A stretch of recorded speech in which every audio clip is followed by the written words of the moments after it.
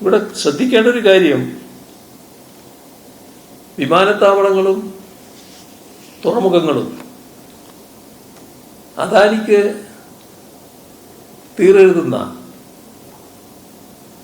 ഞാൻ പറഞ്ഞതല്ലത്, അദാനി മോദി കൂട്ടുകെട്ടിനെതിരെ പാർലമെന്റിലും പുറത്തും ശക്തമായി പ്രതികരിച്ചത് രാഹുൽ ഗാന്ധി തന്നെയാണ്. രാഹുൽ ഗാന്ധിയുടെ പ്രതികരണത്തിലുള്ള വാക്കുകളും ഇങ്ങനെ തന്നെയായിരുന്നു. അതോടൊപ്പം കോൺഗ്രസിന്റെ അഖിലേന്ത്യാ general secretary K C Venugopal പരസ്യമായി തന്നെ ഇതിനെതിരെ പ്രതികരിച്ചിട്ടുണ്ട്. അതിൽ ഒരു കാര്യം ശ്രീ വേണുഗോപാൽ വ്യക്തമാക്കി, അത് BJP ഭരിക്കുന്ന സംസ്ഥാനങ്ങളിലാണ് അദാനിക്ക് അപ്രമാദിത്വമുള്ളത്. അവിടെ സർക്കാരിന്റെ മുൻകൂർ അനുമതി വേണമെന്നൊരു വ്യവസ്ഥയുണ്ടെങ്കിൽ ആ സംസ്ഥാനങ്ങളിൽ അദാനിക്ക് തോന്നിയ പോലെ ചെയ്യാൻ കഴിയും എന്നാണ് ശ്രീ വേണുഗോപാൽ സൂചിപ്പിച്ചത്. പക്ഷേ കേരളത്തിൽ അത്തരമൊരു ഗവൺമെന്റ് അല്ലാലോ എന്നും ശ്രീ വേണുഗോപാൽ പറയുകയുണ്ടായി. പക്ഷെ എന്താണ് ഇപ്പോൾ അദാനി ഗ്രൂപ്പിന് ഇത്തരത്തിലൊരു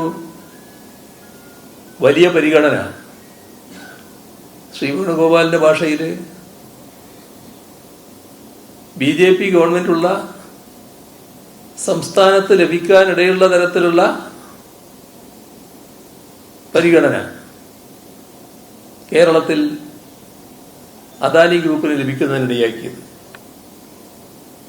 അപ്പൊ അതാണ് പറയാതെ പറഞ്ഞു വെക്കുന്നത്, കോൺഗ്രസ് നേതൃത്വം പറയാതെ പറഞ്ഞു വെക്കുന്നത് കേരളത്തിൽ അദാനി ഗ്രൂപ്പിന് വഴിവിട്ട പരിഗണന നൽകി എന്നുള്ളതാണ്. കേരളത്തിന്റെ സ്വപ്ന പദ്ധതിയായ വിഴിഞ്ഞം കോർപ്പറേറ്റുകൾക്ക് അടിയറ വെക്കാനും അവരുടെ നിയമലംഘനങ്ങൾക്ക് ഭരണകൂടത്തിന് സംരക്ഷണം നൽകാനുമുള്ള നീക്കങ്ങളാണ് ഉണ്ടാകുന്നത്. ഈ നീക്കങ്ങളെ പ്രതിപക്ഷം ശക്തമായി തന്നെ രാഷ്ട്രീയമായും നിയമപരമായും നേരിടും. അദാനിയുടെ വക്താവായി മാറുന്ന നില ഉപേക്ഷിച്ച് സംസ്ഥാനത്തിന്റെ താൽപര്യം സംരക്ഷിക്കാനുള്ള അടിയന്തര നടപടികളിലേക്ക് സംസ്ഥാന സർക്കാർ കടക്കണം.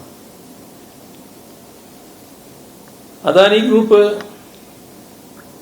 ഓഹരി വിൽപ്പന സംബന്ധിച്ച് അയച്ച കത്ത്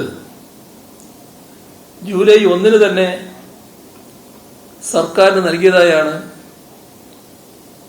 മാധ്യമങ്ങൾ റിപ്പോർട്ട് ചെയ്തിട്ടുള്ളത്.